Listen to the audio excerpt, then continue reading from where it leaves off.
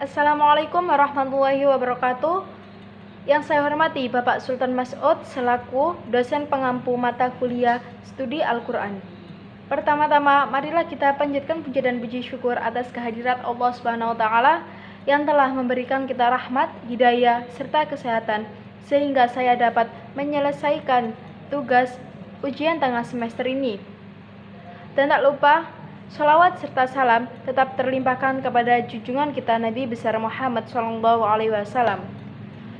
Perkenalkan, saya Anggi Wulan Ramadhani dari Prodi Pendidikan Guru Madrasah Ibtidaiyah kelas B dengan NIM 060407200064 Universitas Islam Negeri Sunan Ampel, Surabaya.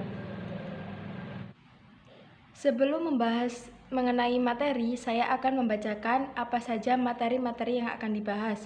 Yang pertama yaitu tinjauan umum tentang Al-Quran. Yang kedua, nama-nama lain dari Al-Quran. Yang ketiga, perbedaan Al-Quran dengan Al-Hadis. Yang keempat, sejarah pembukuan dan pembakauan Al-Quran. Yang kelima, bukti autentifikasi Al-Quran. Yang keenam, hikmah penggunaan bahasa Arab sebagai bahasa Al-Quran. Oke, selanjutnya akan dimulai yang pertama. Yang pertama yaitu tentang tinjauan umum tentang Al-Quran. Al-Quran adalah pedoman bagi semua umat Islam yang beragama Islam. Al-Quran merupakan mukjizat Islam yang kekal, dan mukjizatnya selalu diperkuat oleh kemajuan ilmu pengetahuan. Al-Quran diturunkan oleh Allah Subhanahu wa Ta'ala kepada Rasulullah SAW.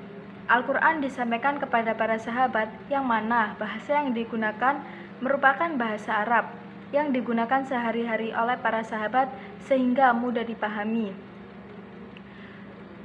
Meskipun Al-Quran menggunakan bahasa Arab, tidak ada yang bisa menandingi keindahan dari setiap kalam. Al-Quran tidak hanya sebagai petunjuk umat agama Islam saja, tetapi di dalam Al-Quran terdapat penjelasan yang jelas mengenai segala permasalahan. Namun, Al-Quran lebih kuat lagi jika dikuatkan oleh hadis. Al-Quran berasal dari kata bahasa Arab yang berarti qoro'ah, yang artinya mengumpulkan atau menghimpun, yang diturunkan secara beransur-ansur hampir 23 tahun, 10 tahun di kota Mekah dan 13 tahun di kota Madinah.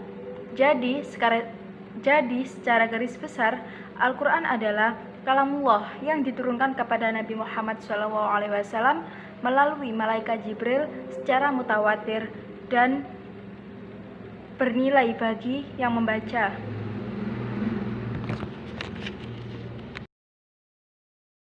Selanjutnya untuk yang kedua adalah nama-nama lain dari Al-Quran. Yang pertama yaitu kitab. Kenapa Al-Quran juga disebut dengan kitab?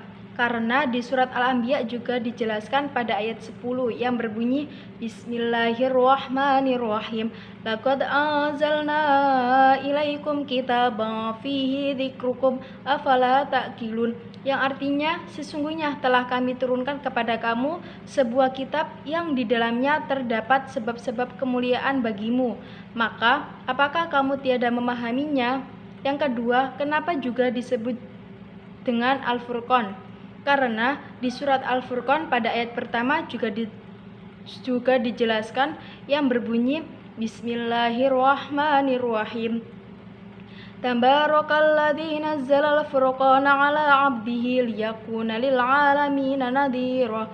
Yang artinya Maha Suci Allah yang telah menurunkan Al-Furqan atau Al-Quran kepada hambanya agar dia bisa menjadi pemberi peringatan kepada seluruh alam. Yang ketiga, kenapa juga Al-Quran disebut dengan zikr? Yang dijelaskan pada surat Al-Hijr ayat 9 yang berbunyi Bismillahirrahmanirrahim.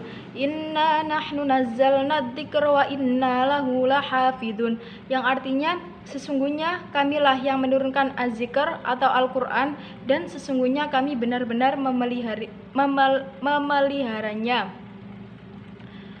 Yang ketiga, kenapa juga Al-Quran disebut dengan nur atau cahaya? Itu dijelaskan pada surat An-Nisa ayat 174 yang berbunyi Bismillahirrahmanirrahim.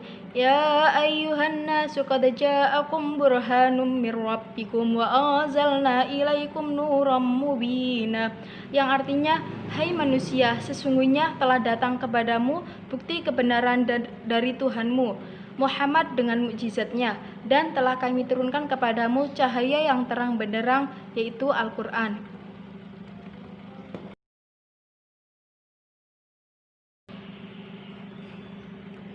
Selanjutnya yang ketiga yaitu perbedaan Al-Quran dan Al-Hadis. Yang pertama, Al-Quran. Al-Quran adalah firman Allah yang diturunkan kepada Nabi Muhammad SAW melalui malaikat Jibril dan bernilai ibadah bagi pembacanya. Sedangkan yang kedua Al-Hadis. Hadis adalah segala perkataan, perbuatan, dan ketetapan yang disandarkan kepada Nabi Muhammad SAW. Yang disebut dengan disandarkan kepada Nabi Muhammad SAW itu disebut dengan as-sunnah.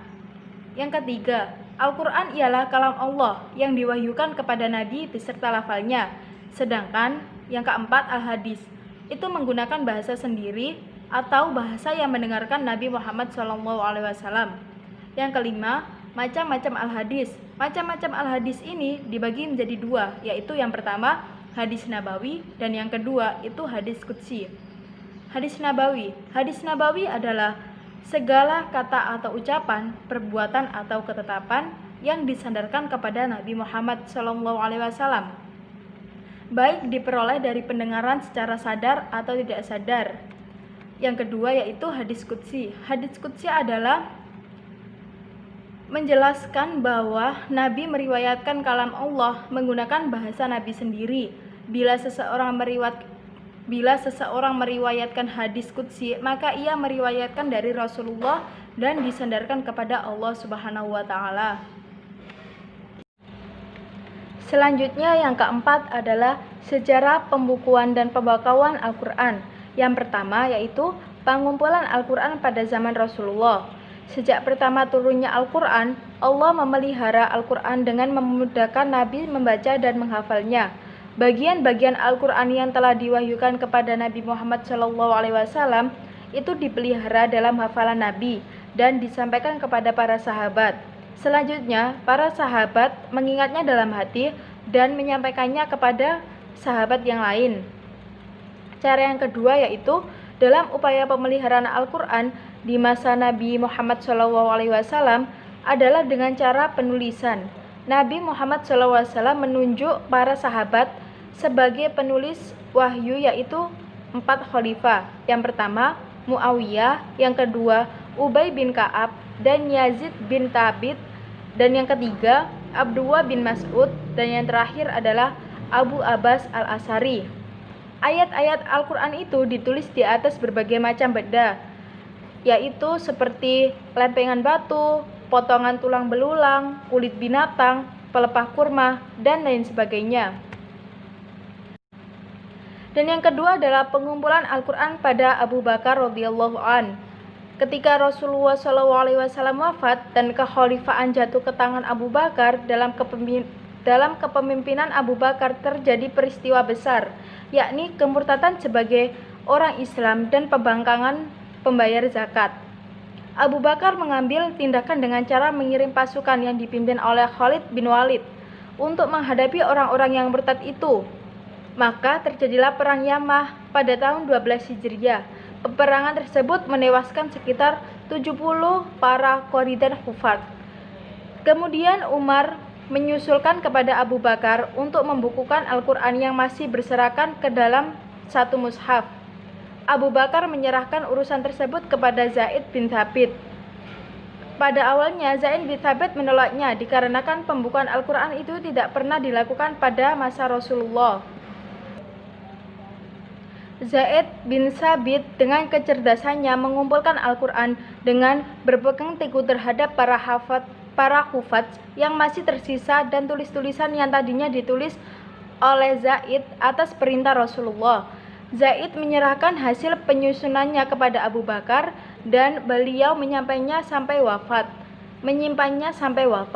Sesudah beliau wafat, mushaf itu dipindah ke rumah Hafsah, putri Umar, istri Rasulullah, sampai masa pengumpulan dan penyusunan Al-Quran di masa Khalifah Utsman. Yang ketiga adalah pengumpulan Al-Quran pada masa Utsman bin Affan. Pada satu waktu, para pemeluk Islam dari berbagai wilayah dalam perang Armenia dan Azerbaijan dengan penduduk Irak. Dalam pertemuan itu, mereka mengetahui adanya perbedaan bacaan Al-Quran. Hufaidah menceritakan adanya perbedaan qiraah kepada Utsman bin Affan. Sekaligus, ia mengusulkan untuk segera menindak perbedaan dan membuat kebijakan. Dikhawatirkan akan terjadi perpecahan di kalangan umat Islam, terutama kitab suci. Selanjutnya, Utsman bin Affan membentuk panitia yang dipimpin oleh Zaid bin Haris dengan anggotanya Abdullah bin Zubair, Sa'id ibnu As, dan Abdurrahman bin Haris. Utsman bin Affan memerintahkan kepada Zaid untuk mengambil mushaf yang berada di rumah Hafsah dan menyeragamkan bacaan dengan satu dialek, yakni dialek Quraisy. Utsman bin Affan menyuruh Zaid untuk memperbanyak mushaf yang diperbarui menjadi 6 mushaf. Yang 5 dikirimkan ke wilayah Islam seperti Mekah, Kufah, Basrah, dan Suriah. Yang 1 tersisa disimpan sendiri. Selanjutnya yang kelima adalah bukti keontifikasian Al-Quran. Yang pertama yaitu pada surat Al-Hijr ayat 9 yang berbunyi Bismillahirrahmanirrahim. Inna nahnu nazzalna dzikra wa inna lahu lahafidun, yang artinya sesungguhnya kamilah yang menurunkan Al-Quran dan sesungguhnya kami benar-benar memeliharanya. Yang kedua adalah terdapat ilmu pengetahuan. Di dalam Al-Quran terdapat begitu banyak pengetahuan yang maju, yang mana pada saat itu pengetahuan belum maju. Yang ketiga adalah mengandung sastra yang tinggi. Di dalam Al-Quran terdapat kesastraan yang tinggi sehingga banyak orang yang gagal meniru membuatnya. Yang keempat adalah sesuai perkembangan zaman. Al-Quran akan berlalu hingga akhir zaman. Dan yang terakhir adalah hikmah penggunaan bahasa Arab sebagai bahasa Al-Quran. Itu disebutkan ada 5. Yang pertama, bahasa tertua di dunia. Yang kedua, dapat menampung banyak kosakata. Bahasa Arab ini dapat menampung begitu banyak kosakata melebihi bahasa-bahasa lain di dunia. Yang ketiga, bentuk bahasa tetap asli. Bahasa yang diucapkan Nabi Muhammad SAW masih sama dengan bahasa Arab yang saat ini. Yang terakhir adalah cocok untuk bersair. Bahasa Arab merupakan bahasa yang apabila digunakan pada saat bersair itu luar biasa. Demikian presentasi dari saya. Apabila ada salah kata, mohon dimaafkan dan semoga bermanfaat bagi kita semua. Saya akhiri, wallahul mu'afiq ila aqwamit thoriq. Wassalamualaikum warahmatullahi wabarakatuh.